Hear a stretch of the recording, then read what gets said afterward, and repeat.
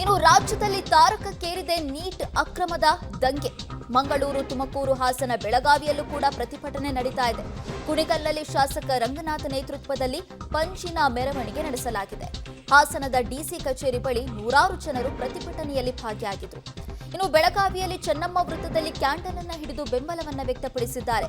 Candle light ಬೆಳಗಿ ಪ್ರಧಾನಿ ರಾಜೀನಾಮೆಗೆ ಆಗ್ರಹವನ್ನ ವ್ಯಕ್ತಪಡಿಸಲಾಗಿದೆ. ಭಾರತದ ಧ್ವಜ ಹಿಡಿದು ಕೇಂದ್ರ ಸರ್ಕಾರದ ವಿರುದ್ಧ ಪ್ರತಿಭಟನೆಯನ್ನ ಕೈಗೊಂಡಿದ್ದಾರೆ. ಕೋಲಾರದಲ್ಲಿ ಬಿಜೆಪಿ ಯುವ ಮೋರ್ಚಾದಿಂದ ಪ್ರತಿಭಟನೆಯನ್ನ ನಡೆಸಲಾಗಿದೆ. ಒಟ್ನಲ್ಲಿ ರಾಜ್ಯದ ನಾನಾ ಭಾಗದಲ್ಲೂ ಕೂಡ ನೀಟ್ ಅಕ್ರಮದ ದಂಗೆ ಭುಗಿಲೇಳ್ತಾ ಇದೆ. ಇವತ್ತು ಕರ್ನಾಟಕದ ಹಲವಾರು ಭಾಗಗಳಲ್ಲಿ ಪಂಚಿನ ಮೆರವಣಿಗೆ ಜೊತೆಗೆ ಕೇಂದ್ರ ಸರ್ಕಾರದ ವಿರುದ್ಧ ಪ್ರಧಾನಿ ರಾಜೀನಾಮೆಗೆ ಮಂಗಳೂರಿನಲ್ಲೂ ಕೂಡ ಪಟ್ಟು ಹಿಡಿದಿರುವ ದೃಶ್ಯವನ್ನು ನಾವು ಗಮನಿಸ್ತಾ ಇದ್ದೀವಿ. ಈಗ ನಾವು ಸ್ಕ್ರೀನ್ ಮೇಲೆ ನೋಡ್ತಾ ಇರುವಂತಹ ದೃಶ್ಯ ಮಂಗಳೂರಿನಲ್ಲಿ ಪ್ರತಿಭಟನೆಯ ಸ್ವರೂಪ ಹೇಗಿತ್ತು ಅನ್ನೋದನ್ನ.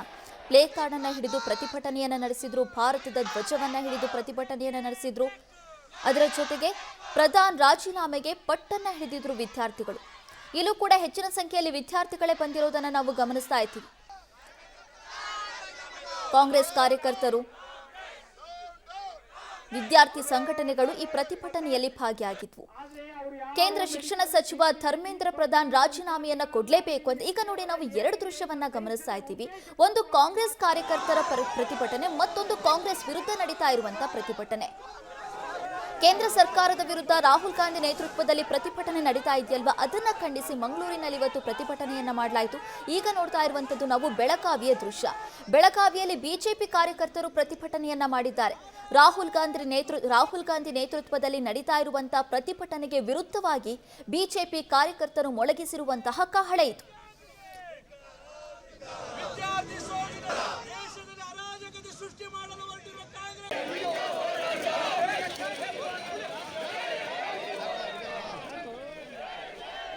ಇದು ಮಡಿಕೇರಿಯ ದೃಶ್ಯ. ಮಡಿಕೇರಿಯಲ್ಲಿಯೂ ಕೂಡ ಬಿಜೆಪಿ ಕಾರ್ಯಕರ್ತರೇ ಪ್ರತಿಭಟನೆಯನ್ನ ಮಾಡಿದ್ರು. ನಾವು ನಿನ್ನೆ ಮೊನ್ನೆಯಿಂದನೂ ಹೇಳ್ತಾ ಇದ್ದೀವಿ, ರಾಜ್ಯದಲ್ಲಿ ಹೇಗಾಗಿದೆ ಅಂದ್ರೆ ನೀಟ್ ಪರೀಕ್ಷಾ ಅಕ್ರಮದ ವಿಚಾರ ದೆಹಲಿಯಲ್ಲಿ ಬೇರೆಯದ್ದೇ ಸ್ವರೂಪದಲ್ಲಿ ಪ್ರತಿಭಟನೆಗಳು ನಡೀತಾ ಇದ್ರೆ, ರಾಜ್ಯದಲ್ಲಿ ಮಾತ್ರ ಇದು ಬಿಜೆಪಿ ವರ್ಸಸ್ ಕಾಂಗ್ರೆಸ್ ಅನ್ನೋ ರೀತಿ ಆಗಿದೆ. ಮೊಟ್ಟೆ ಪಾಲಿಟಿಕ್ಸ್ ಆಗ್ತಾ ಇತ್ತು. ಇವತ್ತು ಕೂಡ ಅದು ಮುಂದುವರೆದಿತ್ತು. ಮಡಿಕೇರಿಯಲ್ಲಿ, ಬೆಳಗಾವಿಯಲ್ಲಿ ಪಂಚಿನ ಮೆರವಣಿಗೆಯನ್ನು ನಡೆಸಿ ಕಾಂಗ್ರೆಸ್ ವಿರುದ್ಧ ಹರಿಹಾಯ್ದಿದ್ದಾರೆ ಬಿಜೆಪಿ ಕಾರ್ಯಕರ್ತರು. ಚೆನ್ನಮ್ಮ ವೃತ್ತದಲ್ಲಿ ಕ್ಯಾಂಡಲ್ ಅನ್ನ ಹಿಡಿದು ಬೆಂಬಲವನ್ನ ವ್ಯಕ್ತಪಡಿಸಲಾಗಿತ್ತು. ಇದು ತುಮಕೂರಿನ ದೃಶ್ಯವನ್ನ ನಾವು ಗಮನಿಸ್ತಾ ಇದ್ದೀವಿ. ತುಮಕೂರಿನಲ್ಲೂ ಕೂಡ ಪಂಚಿನ ಮೆರವಣಿಗೆಯನ್ನು ನಡೆಸುವ ಮೂಲಕ ಹೋರಾಟವನ್ನ ತೀವ್ರಗೊಳಿಸಲಾಗಿತ್ತು.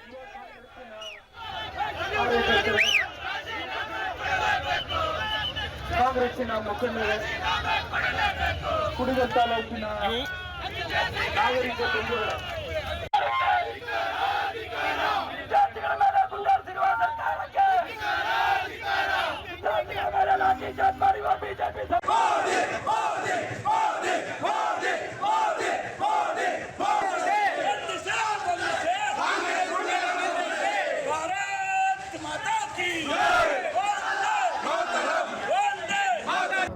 ನೀಟ್ ಎಕ್ಸಾಮ್ದು ಎಲ್ಲರಿಗೂ ನಮ್ಮ ಕೋಲಾರದಲ್ಲೂ ಕೂಡ ಬಿಜೆಪಿ ಕಾರ್ಯಕರ್ತರು ಪ್ರತಿಭಟನೆ ನಡೆಸಿರುವ ದೃಶ್ಯವನ್ನ ನಾವು ಗಮನಿಸ್ತಾ ಇದ್ದೀವಿ. ಇಲ್ಲೆಲ್ಲ ಏನಾಗ್ತಾ ಇರೋದು ಅಂದ್ರೆ ಕಾಂಗ್ರೆಸ್ ಇದನ್ನ ರಾಜಕೀಯವಾಗಿ ಬಳಸಿಕೊಳ್ತಾ ಇದೆ. ನೀಟ್ ಅಕ್ರಮ ನಡೆದಿದೆ, ಹೌದು, ಕೇಂದ್ರ ಸರ್ಕಾರ ಇದ್ರ ಬಗ್ಗೆ ಕ್ರಮ ಕೈಗೊಳ್ತೀನಿ ಅಂತ ಹೇಳಿದೆ ಸರಿ, ಬಟ್ ಆದ್ರೂ ಕೂಡ ಕಾಂಗ್ರೆಸ್ ಇದನ್ನ ಕೇಳ್ತಾ ಇಲ್ವಲ್ಲ, ಬೇಕು ಬೇಕು ಅಂತ ರಾಜಕೀಯವನ್ನ ಮಾಡ್ತಾ ಇದೆ.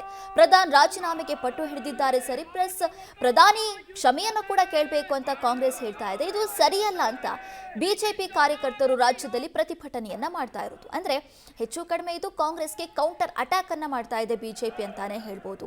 ಅಂದ್ರೆ ಕಾಂಗ್ರೆಸ್ ಪ್ರತಿಭಟನೆಯನ್ನ ಮಾಡೋದಕ್ಕಿಂತ ಮುಂಚೆನೆ ಬಿಜೆಪಿಯ ಪ್ರತಿಭಟನೆ ಮಾಡಿಬಿಟ್ರೆ ಸೈಲೆಂಟ್ ಆಗ್ಬಿಡ್ತಾರಲ್ವಾ ಅವರು ಅನ್ನೋದು ಇರಬಹುದು. ಒಟ್ನಲ್ಲಿ ರಾಜ್ಯದಲ್ಲಿ ಬಿಜೆಪಿ ವರ್ಸಸ್ ಕಾಂಗ್ರೆಸ್ ಅನ್ನೋ ರೀತಿಯ ಪ್ರಸಂಗ ನಿರ್ಮಾಣವಾಗಿದ್ದು, ಎರಡೂ ಪಕ್ಷಗಳು ಕೂಡ ನಿರಂತರವಾಗಿ ಹೋರಾಟವನ್ನ ಮಾಡ್ತಾ ಇದ್ದಾವೆ. ಈಗ ನಾವು ನೋಡ್ತಾ ಇರೋದು ಕೋಲಾರದ ದೃಶ್ಯ.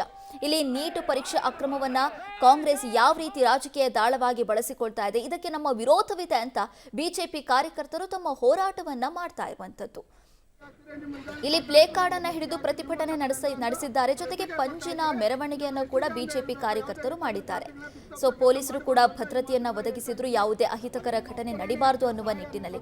ಯಾಕಂದ್ರೆ ಬೆಂಗಳೂರಲ್ಲಿ ಏನಾಗಿತ್ತು ಅನ್ನೋದನ್ನ ನಾವು ಮೊನ್ನೆಲ್ಲ ಗಮನಿಸಿದ್ವಿ.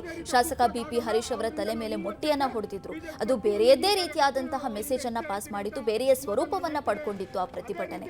ಹಾಗಾಗಿ ಅಂತಹ ಘಟನೆಗಳು ಆಗಬಾರದು ಅನ್ನುವ ನಿಟ್ಟಿನಲ್ಲಿ ಕೋಲಾರದಲ್ಲಿ ಪೊಲೀಸರು ಭದ್ರತೆಯನ್ನ ಕೈಗೊಂಡಿತ್ತು.